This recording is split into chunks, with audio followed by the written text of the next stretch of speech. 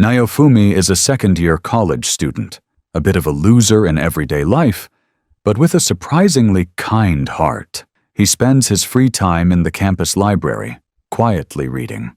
One day, we see him pick up a strange book titled The Record of the Four Cardinal Weapons.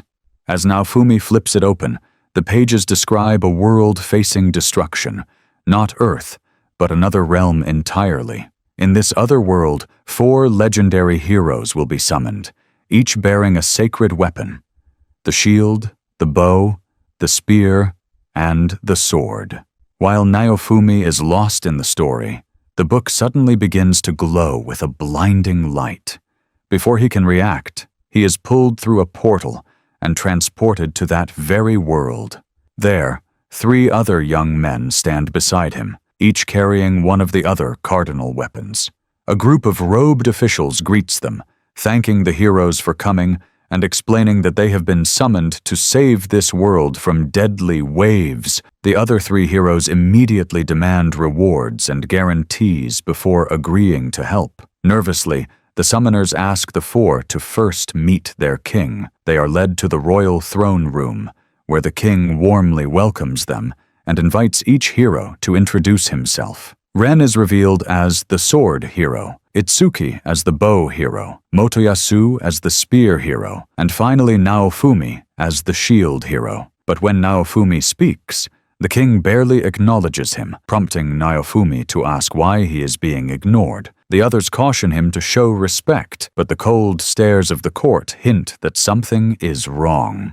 The king explains the waves, rifts that open across the land, spilling endless monsters. Each country possesses a dragon hourglass that warns when the next wave will strike. The last attack brought heavy casualties, so they have summoned the cardinal heroes to fight back. The heroes agree, on the condition that they receive proper honor, comfortable living, and generous rewards. A court official promises they will be well treated once the waves are defeated. The king then instructs them to check their status screens, a floating display visible only when they focus their eyes. Their levels are low, so they must go on adventures to grow stronger, but they are told they cannot train together. Their legendary weapons will not evolve if they fight side by side. That night, the 4 heroes retire to their rooms. Naofumi remarks that the status screen feels like something out of a video game. As they talk, a quarrel breaks out, and they realize they each come from different versions of reality. The others mention playing a game almost identical to this world, something Naofumi has never heard of. They tease him, saying the shield hero is always the weakest. Naofumi forces a smile, vowing to prove them wrong. The next morning, the heroes gather in the palace courtyard, where skilled adventurers wait to form parties. Warriors eagerly choose which hero to follow, but no one steps forward for Naofumi. The king explains that dark rumors claim the shield hero will one day destroy the world. Desperate, Naofumi asks the others to lend him a companion, but each refuses. Just when it seems he will be left completely alone, a young woman who had smiled at him earlier raises her hand. Her name is Sophia. Though the king frowns at her choice, he says nothing. The king grants each hero 600 silver coins, but, perhaps out of pity, gives Naofumi 800. Naofumi and Sophia set out together and soon visit a weapons shop. Naofumi examines swords and spears, only to receive painful shocks each time he touches them. A glowing message appears before him. Only a legendary weapon can be wielded. He realizes he is bound to the shield alone. Naofumi could wield nothing but his shield. After reading the restrictions, disappointment washed over him. Still, he purchased a set of armor for himself, and he and Sophia set off to begin their journey. Soon we find them battling small balloon monsters. With only his hands and shield,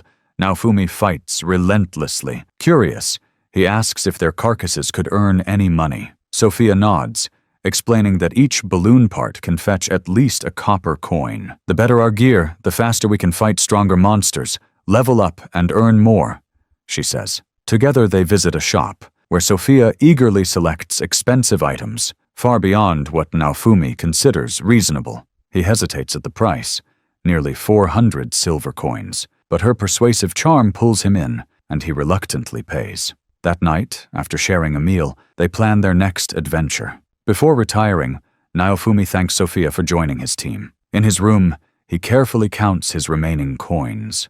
Only 200 left, and hides them behind his shield before drifting to sleep. Strange voices echo outside his door, but he ignores them. Morning brings disaster. His room is stripped bare, clothes, armor, and money all gone. Panicked, he rushes to Sophia's door, only to find it empty. Guards suddenly appear, announcing that the king demands his presence. Treated like a criminal, Naofumi is dragged to the throne room, where Sophia stands waiting. Before he can speak, soldiers shout for silence.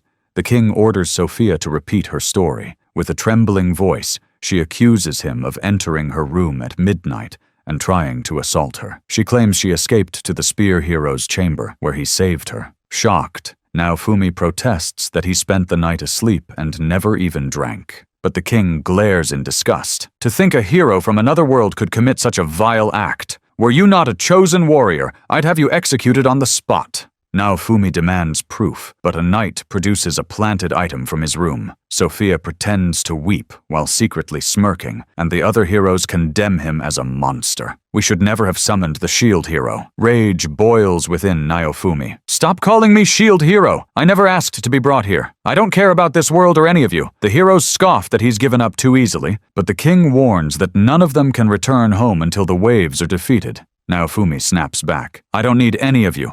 I'll fight the waves alone. His shield begins to glow with a strange power as soldiers step back. When asked if he wishes to be imprisoned, the king replies coldly, "Only the 4 heroes can repel the waves. But know this, your disgrace is already known throughout the castle and the city. You will find no peace here." Naofumi pulls out the coins he had hidden, hurling them at Sophia's feet. "Is this what you wanted? Take it. I need nothing from you." He storms out of the palace as a hidden spy watches silently. Outside, stripped of dignity and nearly penniless, Naofumi feels the weight of betrayal.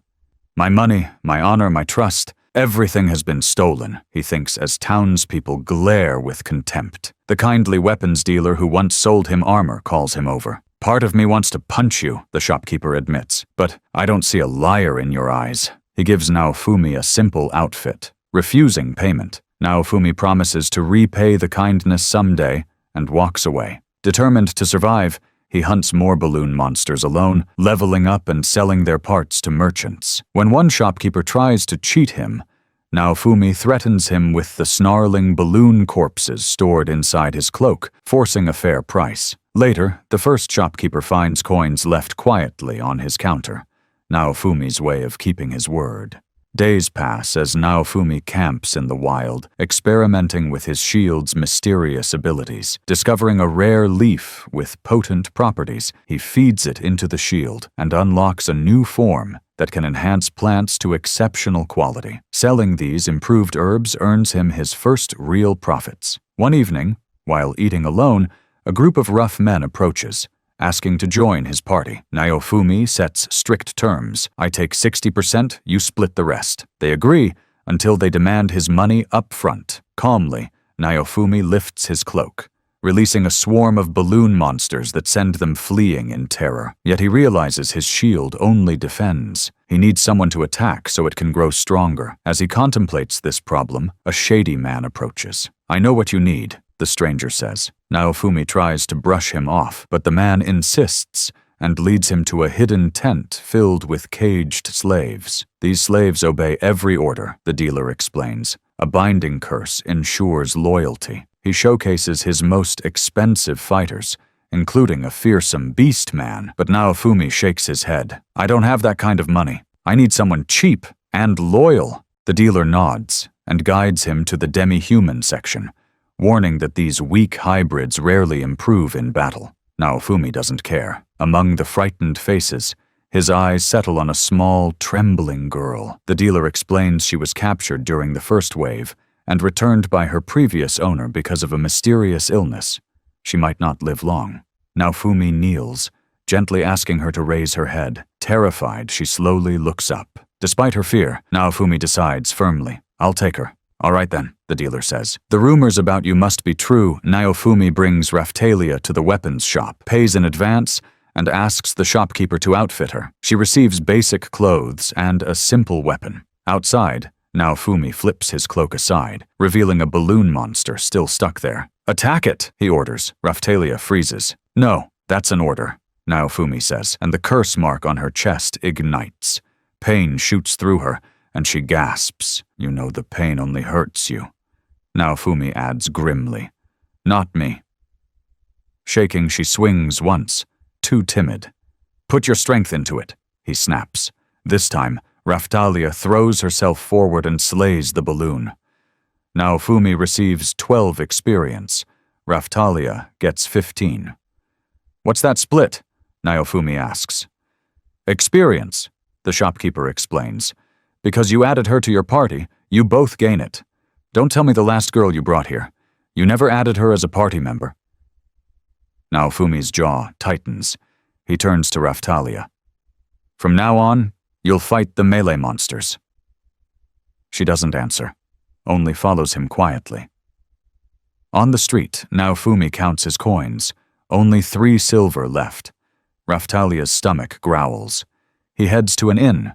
She hesitates, reading a sign. No food served to demi-humans. She tries to stop him, but he strides in anyway. No one dares confront him. He orders food.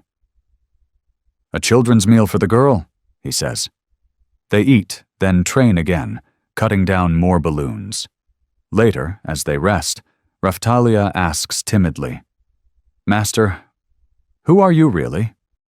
"My name is Naofumi," he says, "one of the 4 cardinal heroes, the shield hero." The words spark a memory. Her father's voice. "Shield heroes treat demi-humans kindly. They protect us. If you're a good girl, one day you'll meet one." Back in the present, she asks, "Then, what should I call you?" "Just Naofumi," he says, handing her a medicine he crafted to treat her illness. Night falls. Raphtalia sleeps fitfully, while Naofumi works over potions by lamplight. She trembles in a nightmare. Back to the first wave. Her parents shove her away from a looming beast, whispering apologies as they drop her into a ravine to save her life. The monster devours them. Raphtalia wakes with a sob and clings to Naofumi. He holds her gently until she calms. The next day, Naofumi sells medicines to the herbalist. "You'll make good money," the man says. "With a wave coming, supplies are short." Outside, Raphtalia watches children playing with a ball, eyes lingering. Naofumi notices. "Do you want one?" She shakes her head, embarrassed, but her tail betrays her, swishing with longing. He smiles and buys her a ball. That evening, an innkeeper tries to turn them away. Naofumi's temper flares. After a tense exchange, they get a room. And so their routine begins. Naofumi brews medicine, sells it, trains with Raphtalia, feeds her snacks, never scolds when she wets the bed, and keeps pushing her gently forward. During training, a rabbit monster lunges at Raphtalia. Naofumi interposes his arm and barks, "Attack, now!" "But if I kill it, there'll be blood," she stammers. The curse mark burns again. Pain racks her body. "If you won't follow my orders," Naofumi warns coldly, "I'll send you back." I must get stronger before the next wave. Raphtalia straightens, eyes hardening. "I understand now, Naofumi. I'll do anything for you, just please don't abandon me." She strikes, felling the beast. Later at the shop, Naofumi seeks a better weapon for her. They travel to Loot Village, trying to sell the rabbit's carcass. 2 silver at most, the buyer shrugs. Naofumi asks for faster ways to earn money.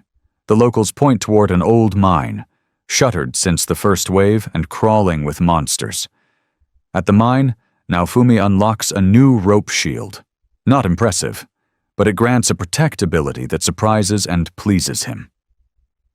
Inside the tunnels, he warns, there could be dangerous monsters. Be ready to run.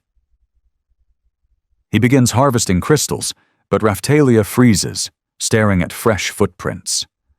A massive, 2-headed dog lumbers from the dark. It's the very kind that killed her parents. The beast attacks. Naofumi grabs Raphtalia and dives into an underground pool. Using the rope shield, he climbs the slick rock face. Gasping, Raphtalia confesses through tears, "A monster like that killed my parents." Naofumi finally understands the source of her nightly screams. They reach a ledge. Naofumi sets his jaw. "We end it here. So no other child suffers what you did. You'll fight it. With me." The monster strikes again. Naofumi blocks one head. The other bites into him. "Raphtalia, attack!" he shouts. She can't move. Terror roots her to the spot. "If you don't kill it," he snarls, "we both die." Still she trembles. "Then run!" Naofumi says at last. "I'll hold it here." Raphtalia doesn't move. She can't bear to lose him, the one person who cared after her parents were gone. Rage flares. She charges with a cry. The beast hurls her aside and pounces, but Naofumi dives, shielding her. She rises again, strikes true, and slays the monster. Because it was high level, they gain a surge of experience. Raphtalia falls into Naofumi's arms, hugging him tight. He pats her back, awkward but kind. "Once the shield absorbs the body, we're leaving." "We have to move fast. Let me stay like this a little longer," she whispers. Back in town, the weaponsmith eyes Raphtalia. "When you first came in, you were a timid little thing. Look at you now. Taller, stronger, and quite pretty." Raphtalia scowls. Naofumi squints. "Pretty? Are you sure she's grown?" He recalls merchants praising her beauty on the road, slipping her free sweets and ribbons.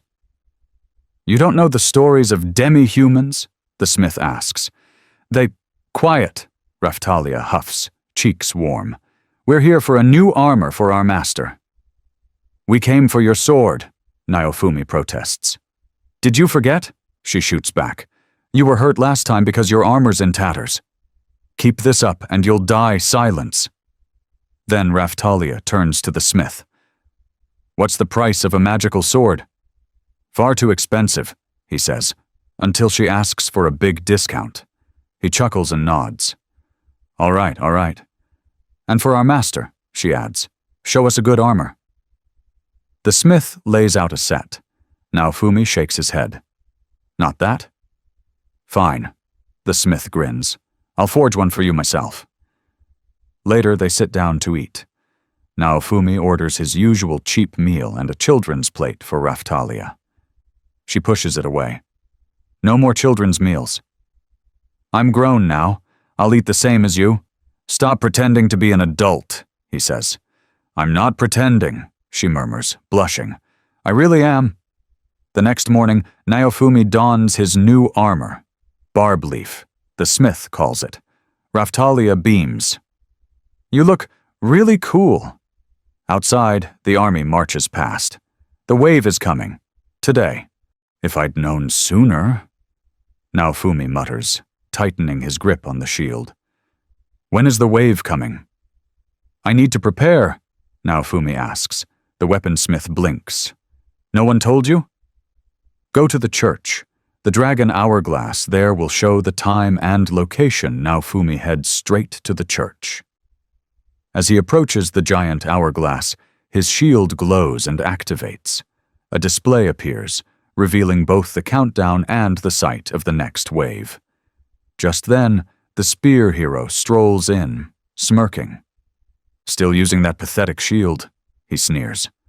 Naofumi ignores him until he notices the sword and bow heroes nearby as well, and his anger simmers. Behind them, the spear hero starts flirting with Raphtalia. Sophia watches, jealous. "How dare you flirt with a demi-human?" she snaps. The spear hero waves Raphtalia off. "Your delicate hand shouldn't hold a sword. Stand behind me. I'll protect you." Raphtalia yanks her hand away. "I am Master Naofumi's sword, and I fight for him." "Don't you know what a terrible person Naofumi is?" the spear hero says. Naofumi steps in, takes Raphtalia by the hand, and leads her away without a word. "Haven't you heard the rumors?" the spear hero calls after them. Naofumi swallows his fury and keeps walking. That night at the inn, Raphtalia asks softly, "Master, what happened between you and the other heroes?" Naofumi answers flatly, "It doesn't concern you." On the day of the wave, Raphtalia bows her head. "I will always be loyal, Naofumi. I will never forget what you've done for me." The sky tears open, the wave begins, and they're teleported toward the battlefield. In the clouds, countless portals bloom and monsters pour out. The three heroes charge off in one direction. Naofumi starts to follow, then glances back toward Loot Village. The villagers, have they been evacuated? An emergency flare rises from the town. The army will be slow to reach them, he decides. We go. Loot Village is chaos, monsters everywhere. A beast lunges for a villager. Naofumi crashes in, shielding the man as Raphtalia cuts the monster down. "Get everyone out," Naofumi shouts. "I'll draw the horde." He triggers driving shield, banging a bell atop a tower until the monsters swarm to him. As they climb, he kicks over a lantern and sets the tower ablaze, then leaps down, rolling to safety. Raphtalia watches with worry, evacuating families as Naofumi keeps the creatures focused on him. A villager runs up. "We'll fight by your side." Others join. "This is our home. We won't make you stand alone." Naofumi nods. Then a massive brute slams into him. He barely blocks. A villager takes a hit, saving him, and goes down. Naofumi staggers under the onslaught until Raphtalia arrives and one-shots the monster. Seeing how outmatched they are, the villagers retreat with thanks. "These things keep coming," Naofumi mutters. "Kill one, and two more replace it." Suddenly fireballs rain from the sky. Naofumi throws his shield over Raphtalia as explosions wipe out swaths of monsters. Laughter rings out, a royal knight atop a ridge. "Behold, my single strike! The monsters are nothing." "They didn't even think about the villagers," Naofumi growls. Raphtalia, furious, rushes the braggart, but his senior knight yanks him back. "Let's go, Raphtalia," Naofumi says tightly. The junior knight sneers. "Good thing you left, your pet would have been slain by my hand." Naofumi's eyes narrow. "I made the right choice coming here." "But what about you? How will you survive?" A fresh pack of monsters swarms the knights from behind. The junior is about to die when Naofumi dives in, shields him, and Raphtalia finishes the beast. The knights retreat. "The shield hero will handle it!" they shout, abandoning the field. One knight, ashamed, stays. "Form up! We fight with the shield hero here." Together they hold the line while, elsewhere, the three heroes team up just to defeat one monster. At last, the portals close. The wave ends. The other heroes boast, "Too easy. The next waves will fall the same way a court officer arrives to praise them and promise rewards." Back in Loot Village, the streets are wrecked and many wounded, but alive, thanks to Naofumi and Raphtalia. Villagers bow in gratitude. Naofumi says little and slips away. The next day, the castle erupts in celebration. The king thanks the heroes. Laughter and music fill the hall. Naofumi sits alone against a wall, attending only to collect his promised reward. The spear hero spots Raphtalia bringing Naofumi a slice of cake, feeding him with a shy smile. Jealousy flashes in his eyes. Sophia tugs his sleeve, whispering in his ear. The spear hero strides over, furious. "I challenge you to a duel. Aren't you ashamed to keep Raphtalia as a slave?" "It's legal here," Naofumi replies coldly. "Why is that your concern?" "Then fight me," the spear hero declares. "If you lose, you free her. If you win, keep things as they are." Naofumi turns away, uninterested, until the king intervenes. "As a hero, how can you keep a slave?" I order you to duel. Naofumi glares. You have no right to order me. Knights block his path. Another seizes Raphtalia. Refuse, the king says softly, and I'll take your slave by force. Naofumi stops. Fine. I'll fight, and I'll win. Sophia laughs. With a shield? How will you win with that? The hall snickers.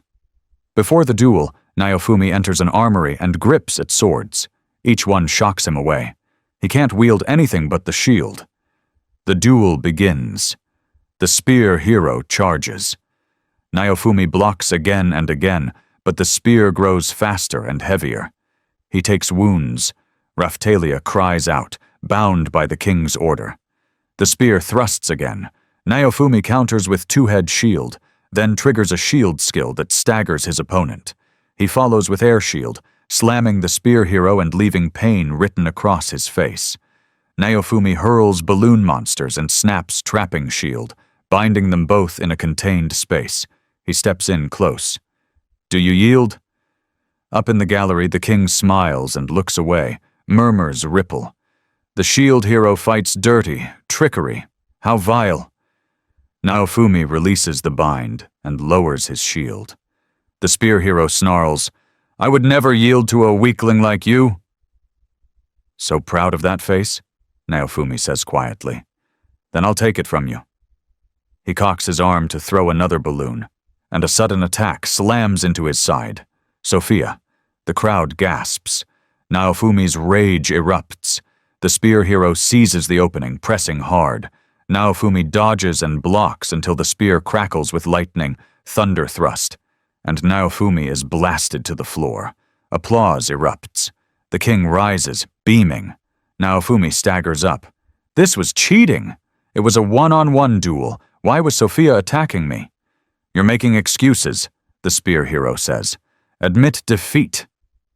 Naofumi looks to the audience. You all saw it. Sophia interfered. The hall falls silent. No one speaks. The king descends the steps. Spear hero, you are the victor. You have shown your power. Take care of my daughter. Naofumi's eyes widen. Sophia, is the king's daughter? Puzzle pieces lock into place. Her sudden kindness, the framing, the rumors, the forced duel, it was all arranged. Why are you doing this to me? He thinks. I didn't choose this world. I never asked to be the shield hero. His shield begins to seethe. Dark smoke, a terrible heat, a power waking inside. The shield hero should never have been summoned. We made a mistake. Execute him. Voices roar. Naofumi slams his shield into the floor. Enough with this shield nonsense. I never asked to be the shield hero. I never asked for this cursed thing. Guards shove Raphtalia forward. Naofumi sees her as a small child again, frightened, trembling, as a priest removes the slave crest from her chest. He rips the shield from his arm and throws it away, only for it to fly back and clamp onto him. I'm trapped in this world with a useless shield, he growls. As his rage spikes, the shield's curse begins to awaken, a dark heat seeping into his mind. The crowd turns on him. The spear hero, whom Raphtalia slapped earlier, puffs up. Sophia mocks. Don't forget, he just set you free. Raphtalia's eyes harden. I asked to be freed, yes, but I stayed by choice. Naofumi never forced me to do anything I didn't want to do. I thought he was abusing you, the spear hero mutters. Then you never looked at him carefully, Raphtalia fires back. He only has a shield. He needed someone to fight at his side. Instead, you spread lies about him. Did you ever think about him? Why risk your life for him? The spear hero insists. You know nothing, she says, voice shaking with fury. He saved me when I was at the edge of death. He fed me well when he himself ate scraps. He bought me medicine and clothes. Could you have cared for me like that? The spear hero falters. Maybe. I could have. Raphtalia snorts. If that were true, a good woman would be at your side, not the kind who slaps others for you. The sword and bow heroes step in. Sophia, who cast the spell that hit Naofumi in the duel? Sophia tilts her head, all sweetness.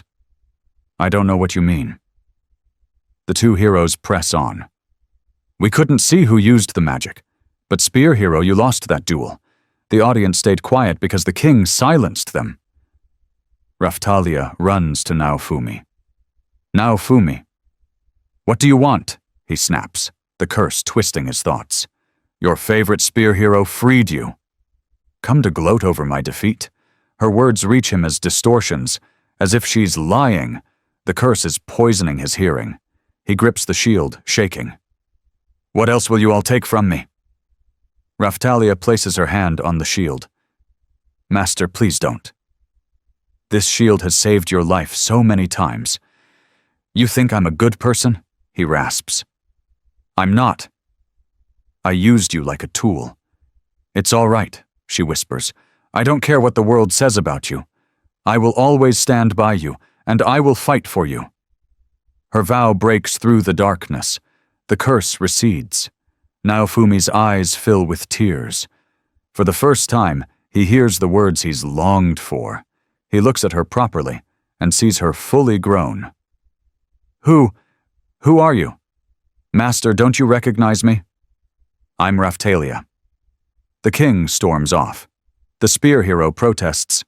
It's wrong for a hero to keep a slave. The sword hero answers calmly. Look again? Does this look like a master and slave pair to you? Later, exhaustion overtakes Naofumi. He falls asleep in Raphtalia's lap, still damp-eyed. You grew up so fast, he murmurs when he wakes. She smiles sadly. Demi-humans grow with their levels. That's why the kingdom discriminates against us. Naofumi takes a bite of a sandwich. And for the first time since Sophia's betrayal, he tastes his food. Raphtalia notices and beams. From now on, we'll eat something delicious. The next day, rewards are handed out. The spear hero receives 5,000 silver, the sword hero 33,000, and Naofumi 500. The king even deducts more, claiming Raphtalia's freeing must be counted against his payment. The bow and sword heroes object. Impossible. Naofumi saved Loot Village. Your daughter cheated in the duel. Sophia defends her father. Naofumi cheated first. He brought balloon monsters into the match. The bow hero snaps. No, you broke the rules first. Naofumi deserves a proper reward. The king doesn't care. 500. Now get out. Naofumi bristles, ready to speak, but Raphtalia squeezes his arm and bows. Thank you, your majesty, for the reward. The king and Sophia seethe as a minister tries to calm them. Naofumi and Raphtalia leave the castle. Outside, Raphtalia ignores Naofumi's protests and reapplies the slave crest by choice. It's how I show my trust in you, she says. How do I look? Naofumi is speechless. She wants him to see she's no longer a child. He feeds the crest's leftover ink into his shield and unlocks more of the slave series functions. The slave dealer appears. Sell her back to me. I'll pay double. Naofumi refuses. The dealer shrugs and shows him monster eggs. Only 100 silver each.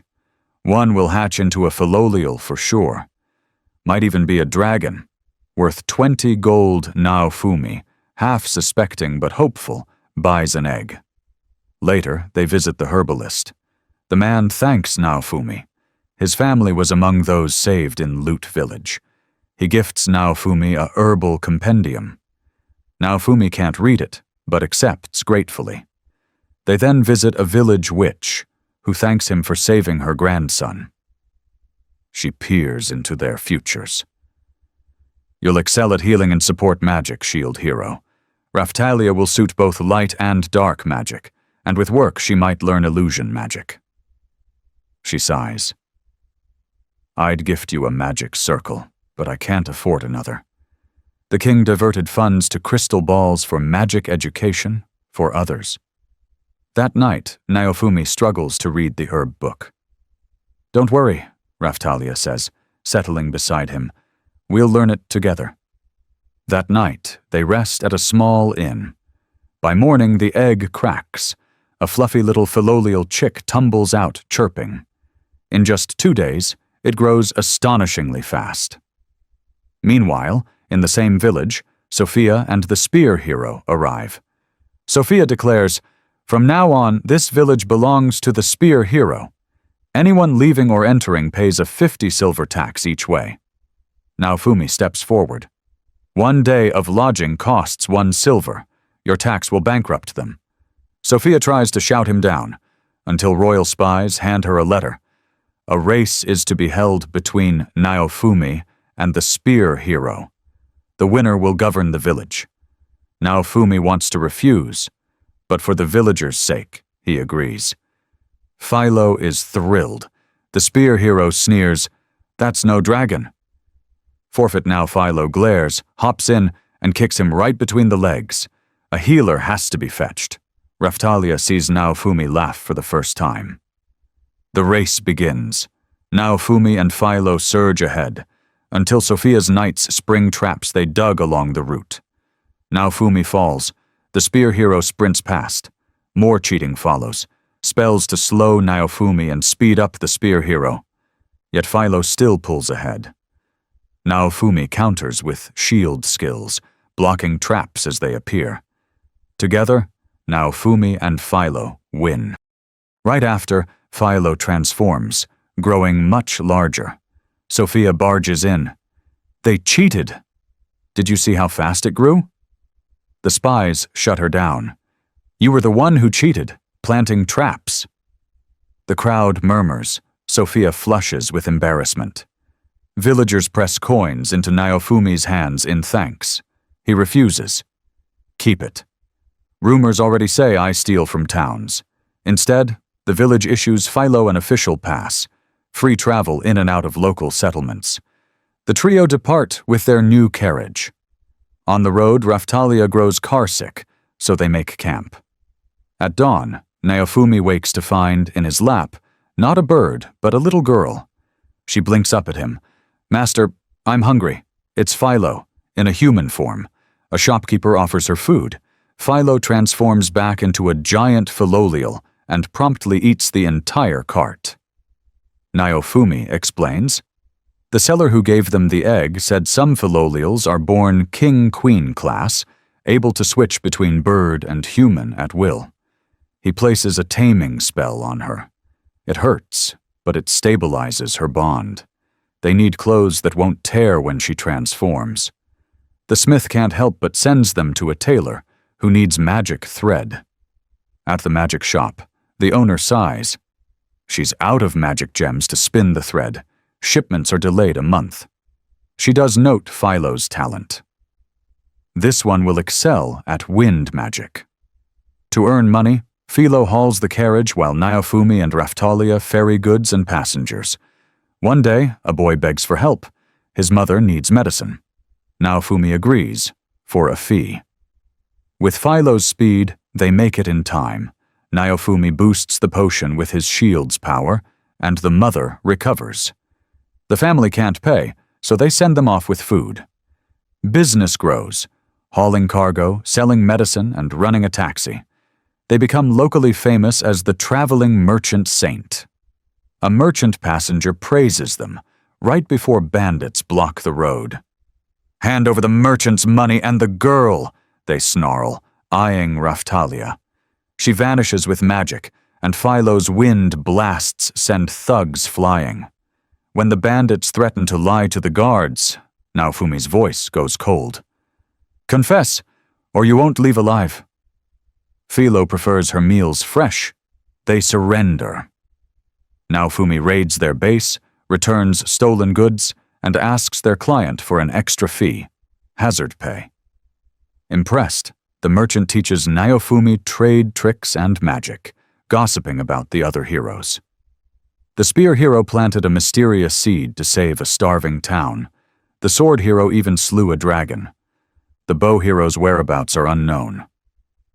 Before parting, The merchant gives Naofumi a letter of recommendation for access to crystal and gem mines, exactly what they need for Philo's clothes. They enter the mine with the village witch who guided them. Deeper in, they find a chest bearing a warning, already opened. Voices echo behind them. "We don't want to be your slaves, we hate you." Naofumi grimaces. The witch explains, "Cave monsters. They sow discord so we fight each other, then eat us." She reveals the tiny creatures. Philo's wind scatters them. At the cavern's heart sleeps a lesser demon. "It's short, manageable," the witch says. Raphtalia strikes, but the demon tracks her by footsteps, not sight. Naofumi flips to speaker shield.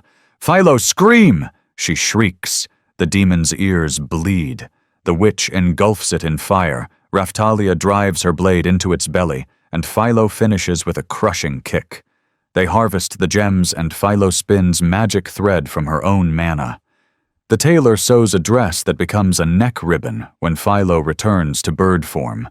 Adorable and practical. Soon after, a merchant begs Naofumi to visit a troubled village he supplies with medicine. At the outskirts, roots like living chains claw at the walls. The villagers have built barricades to hold them back. The chief explains. The spear hero planted a seed here to end famine. It flourished at first, then turned monstrous, devouring people. Naofumi realizes the seed must have come from that cursed chest. The plant has become parasitic, its spores sending children to the infirmary. An adventurer party tried to fell the tree and never returned. "Philo, bring them in," Naofumi orders. She gallops off and returns hauling the battered group. The chief kneels. "Shield hero, please, save our village." Naofumi treats the infected children, then tells Raphtalia, "We're done here, let's go." The chief grabs his sleeve. "I beg you, destroy the tree." Naofumi collects payment in medicine and heads out. They test themselves on a smaller offshoot first, then march toward the main trunk, where a glaring eye pulses in the bark. The monster tree's core takes no damage from normal attacks. Naofumi quickly orders, "Raphtalia, Philo, pour the potion into its eye." They push forward, but their teamwork falters, and the tree seizes Raphtalia with its roots. Gritting her teeth, she pops the cork and dumps the potion into the root system. The tree withers at once. Realizing the potion harms it, Naofumi charges in himself. Roots wrap around him. He snaps them, empowers the potion through his shield, and floods the main root. The giant tree shrivels and collapses. "Gather every seed," he says. "No more of these things." He feeds one seed to his shield, unlocking a form that analyzes and purifies plants. He cleanses the demon traits from the seed and boosts its growth safely. He gifts the villagers a sapling. Eat its fruit, sell the extras. They have no money to pay him, so they send him off with baskets of fruit. Back with the merchant, Naofumi sells purified seeds for a hefty price and gets a new delivery job to a hot springs town. There they decide to rest. In the baths, Raphtalia grows jealous, seeing Philo and Naofumi so close. A sign claims couples who bathe together will have eternal love, which only stings more when she hears Naofumi and Philo splashing nearby. Later, she finds Naofumi brushing Philo's hair and can't sleep. She recalls a rumor, an alaton crystal that binds love if gifted between two people. She sneaks out to fetch one, only for Philo to appear, saying she's heard of a special egg that will make Naofumi stay by her side forever. They bicker and race, tumble off a cliff, and land on a sleeping monster. After a frantic chase, they escape, agree to give Naofumi the gift together, and track the egg, just as the monster steals the entire nest. Furious, the girls hunt it down, slay the beast, sell the corpse, and use the money to buy Naofumi a hammer. He's delighted, tells them to bathe, and secretly crafts gifts: a bracelet for Raphtalia and a hair clip for Philo. In the morning, they meet a starving grandmother and her grandson. Naofumi feeds them. "Don't go to that village," she warns. "A plague is killing everyone." Naofumi goes anyway, healing the sick for payment, but notices the medicine only treats symptoms, not the cause. The doctor explains. The sword hero killed a dragon on the mountain and left the corpse for tourism. As it rotted, poison spread. The king won't send knights, just insists medicine will be delivered on time. Naofumi agrees to help, but charges 5,000 silver so no one calls him a naive savior. On the way to dispose of the corpse, monsters attack. Philo fends them off. At the summit, the dragon reanimates. A zombie dragon. Philolials and dragons are ancient enemies. Philo loses control and attacks. "Fall back! We need a plan!" Naofumi orders, but the dragon swallows her. Rage overwhelms Naofumi. "This world takes everything I love," he snarls, and the curse in his shield ignites. He blocks the dragon's blows with terrifying strength and unleashes burning power, until Raphtalia jumps in and is badly injured by poison and fire, collapsing. The dragon lunges, then splits open as Philo bursts out, having eaten a crystal inside its belly, the source of its undeath. They purge the corpse. Villagers offer money. Naofumi refuses. Use it to heal Raphtalia. The doctor says her wounds are a curse burn. You'll need holy water from the capital. He presses a few coins into Naofumi's hand for the journey. Philo hands him a shard of the dragon's crystal. Naofumi fuses it into his shield, unlocking a new skill he can't use yet. He apologizes.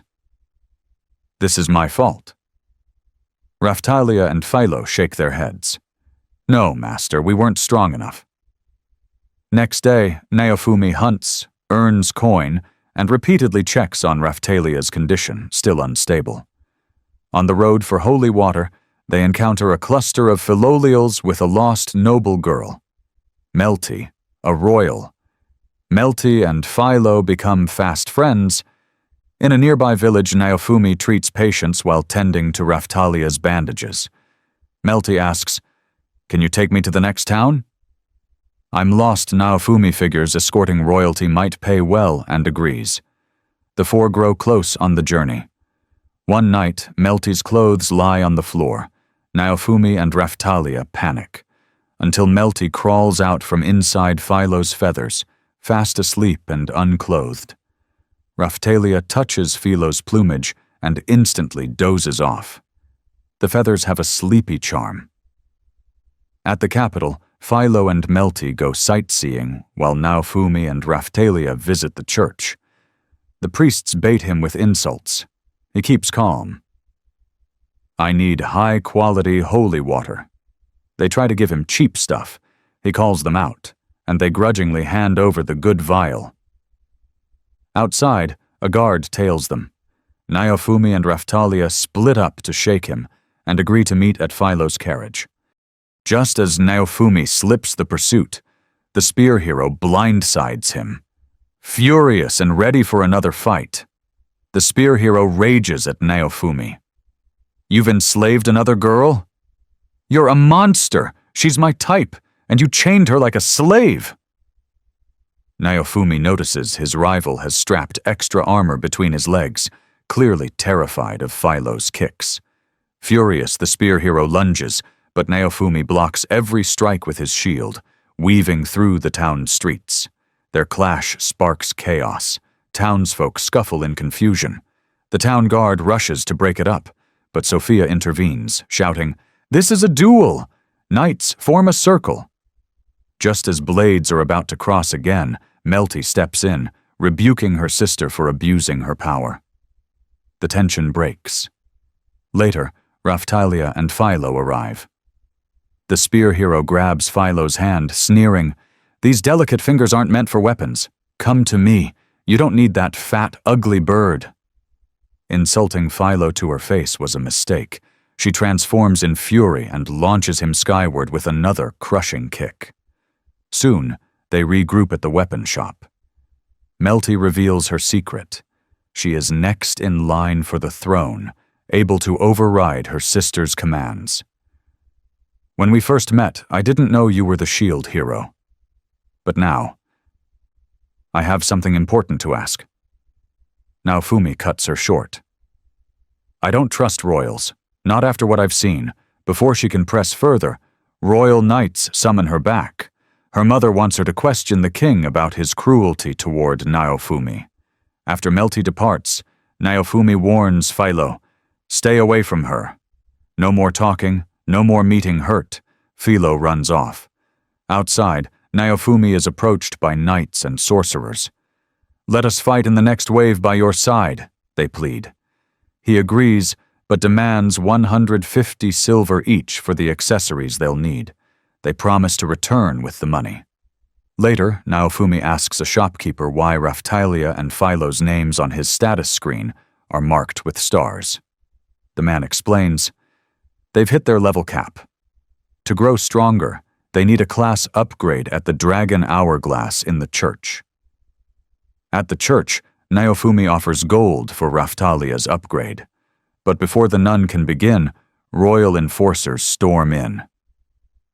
By order of the crown, the Shield Heroes party will receive no class upgrades. Naofumi swallows his rage, retrieves his coins, and leaves.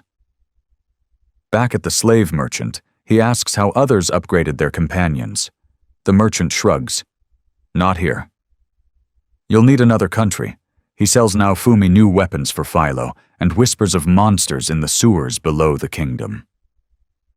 Naofumi leads his party underground, slaying cockroach-like fiends with ease.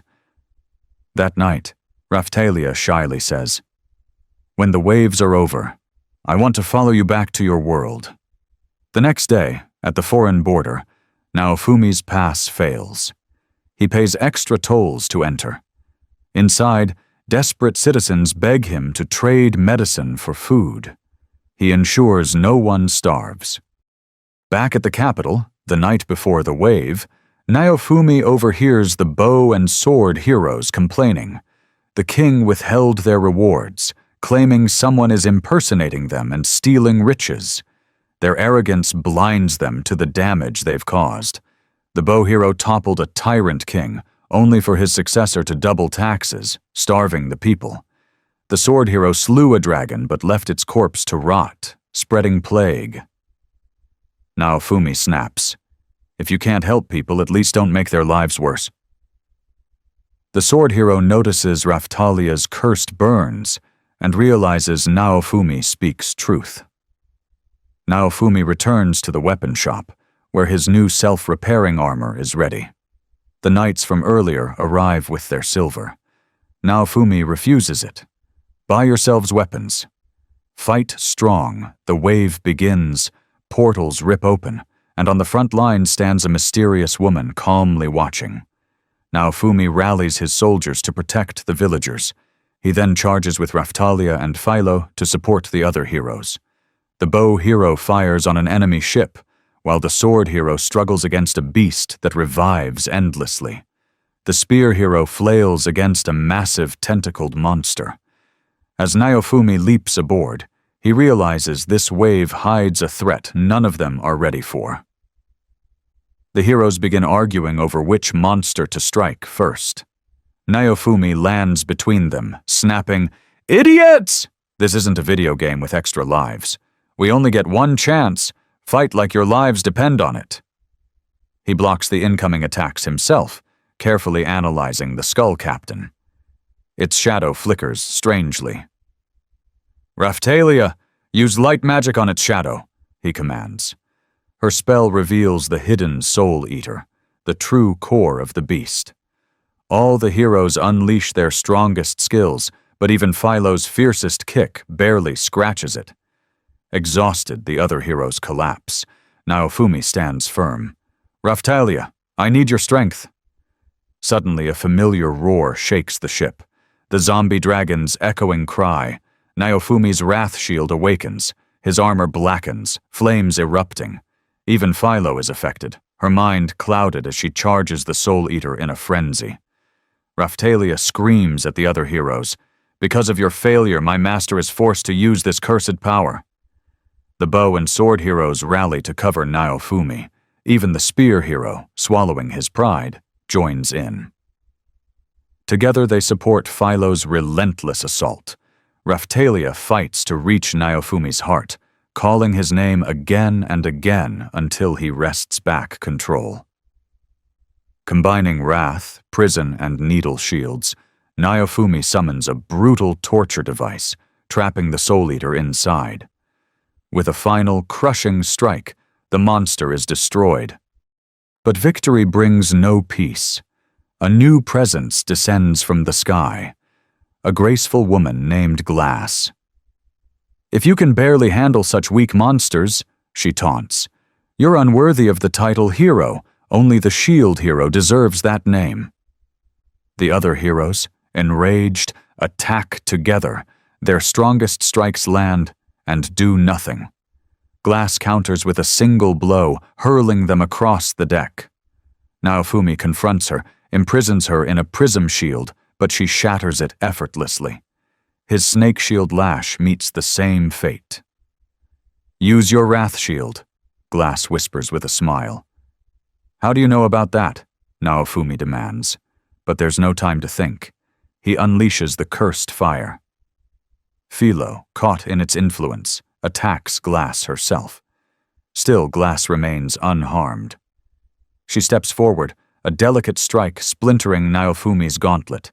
Even his ultimate combination attack cannot pierce her defenses. Then the ship shudders violently. Glass glances at the sky.